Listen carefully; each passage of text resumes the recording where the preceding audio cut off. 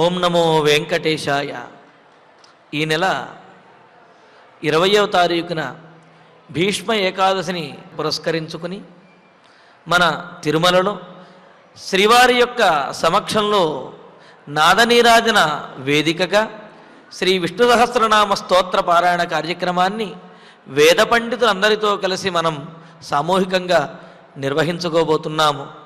మరి ఆనాడు భీష్ముల వారు విష్ణు సహస్రనామాన్ని పాండవులకి ఉపదేశించారు.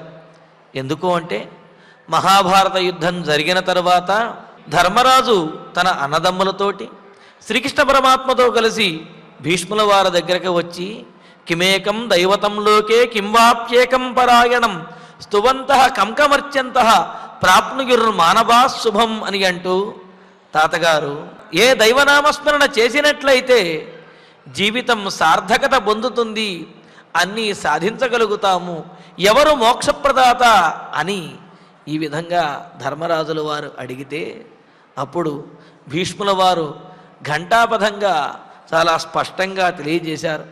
జగత్ప్రభున్ దేవదేవం అనంతం పురుషోత్తమం స్తువన్నామ సహస్రేణ పురుష సతతోత్థిత అని చెబుతూ, నాయన ఇప్పటి వరకు శ్రీకృష్ణ పరమాత్మతో ఉన్నటువంటి మీరు ఆ పరమాత్మ యొక్క వైశిష్ట్యాన్ని తెలుసుకోలేకపోయారా?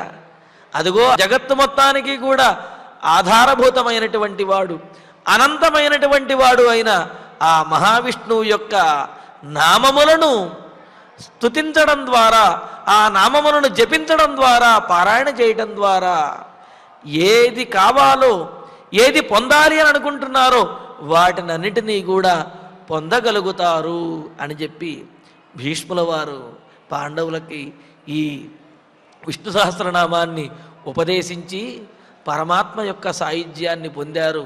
అటువంటి భీష్ముల వారి యొక్క ఆ భీష్మ ఏకాదశి పర్వదినాన విష్ణు సహస్రనామాన్ని, అందునా కూడా కలియుగ వైకుంఠమైనటువంటి ఈ తిరుమల నుండి మనం పారాయణ చేసుకోవటం అనేది అది పరమాత్మ యొక్క అనుగ్రహంగానే భావించాలి.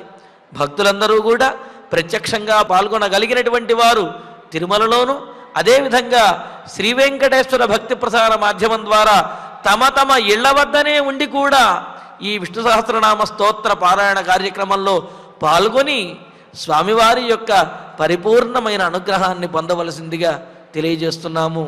ఓం నమో వెంకటేశాయ.